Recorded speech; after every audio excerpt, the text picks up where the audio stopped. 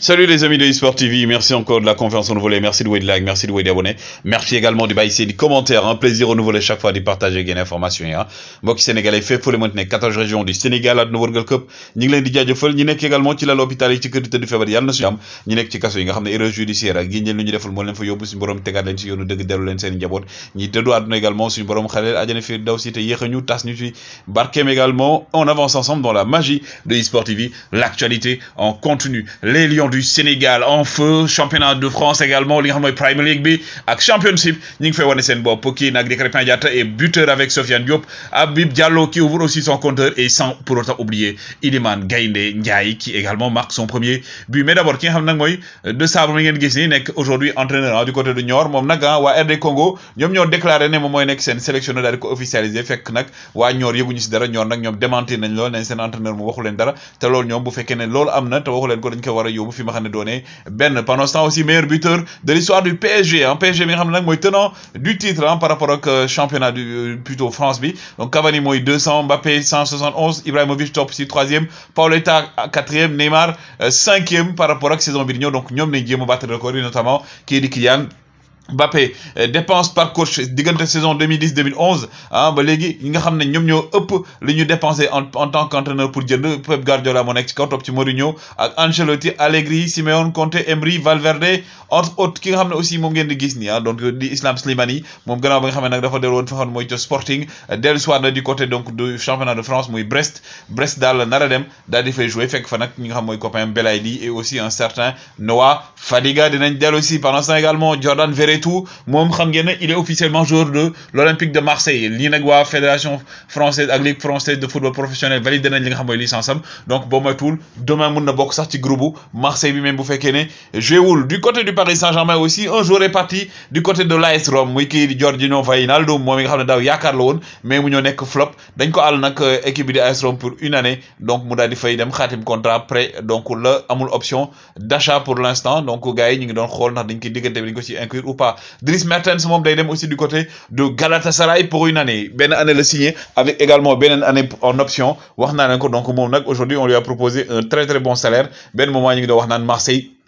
lay ñëw ki ngeen gis également di Maxwell Cornet il a signé officiellement du côté de West Ham le joueur formé du côté de l'Olympique Lyonnais passé par Burnley donc actuellement nag West Ham moo séduit par rapport ak saison bi mu defoon club am nag moom wàcc na mais teewul benn yoon moom it dañ ko daal di recruter de même que aujourd'hui aussi du côté de Everton moom West Ham la waroon dem mais finalement Everton la jëm muy ki ngeen gis ni di Onana le joueur belge milieu défensif qui évoluait saison passée bi ngi nekkoon du côté de Lille fi mu ne nag donc ci Everton lañ ne lay daal di dem Everton mi nekk léegi di négocier pour Idrissa Gana Gueye. Bernardo Silva priorité du FC Barcelone nag ñoom jamono ji mais bu fekkee ne Frenkie de Jong jaayee goñ ko ñoom dañoo bëgg a recruter kii di Bernardo Silva le portugais bi nga xam ne nag kii di Pep Guardiola waxul dara loolu leer ci avenir am waxul ne Bernardo dafa bëgg a toog dafa Bernardo su ma sañoon day toog mais moom décidé wul mais ki nga xam ne nag tey moom moo naroon yàq li nga xam ne mooy donc première journée bu Liverpool yàq na ko sax presque mooy Mitrovic le meilleur buteur de la championship l'année dernière mu nekkoon nag à 43 buts ñëw premier match am def doublé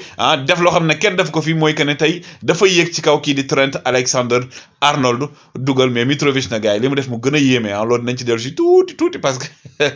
c'est la première fois comme je dis donc c'est la première fois donc que ne joueur boobu noonu ba mu ñëwee Premier League ba léegi notamment du côté de Liverpool ñu def ko muy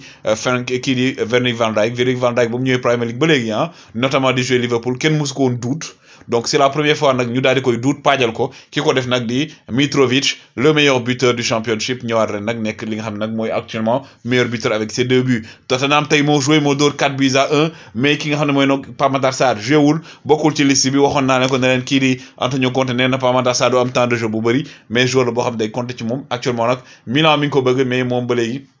décidé gul but pour qui Iliman Gaynde Ndiaye gaynde bëggul mbuum yàpp lay dundee comme on dit gaynde bëggul mbuum yàpp lay dundee championship mi ngi vibré waat donc deuxième match premier but pour ki nga xam ne mooy Iliman Gaynde Ndiaye le nouveau international sénégalais moo dugal nag premier but équipe am moo dóor 2-0 mais Iliman Ndiaye moom donc nag tey il a fait vibrer le stade de Sheffield United ñëpp doon scandé di woy turam di ko saraxoole ndax li mu def match bu neex bokk na sax ci nga xam ne moom lañ tànnoon pour ñu nekk homme du match mais finalement ben coéquipier bi lañ daal di tànn pendant ce temps aussi du côté de la Premier League ñi nga xam ne mooy Nottingham Forest nekkoon seen premier match ak Newcastle Moussa Niakhaté a joué en tant que titulaire mais dañ leen a dóor également Newcastle moo leen dóor 2-0 et leur gardien aussi il était un peu coupable par rapport ak surtout deuxième but bi nga xam ne jël nañ ko ñii ne mooy wax actuellement nii donc ñii di waa Chelsea ñi ngi joué Kalidou Koulibaly Edouard Ndiol Koumba Mur de Gorée Mendy ñi ngi joué Mendy actuellement sax def na à la 23e minute benn arrêt bu exceptionnel bu phénoménal loolu nañ ci dellu si tout à l'heure jël leen seen temps il est de retour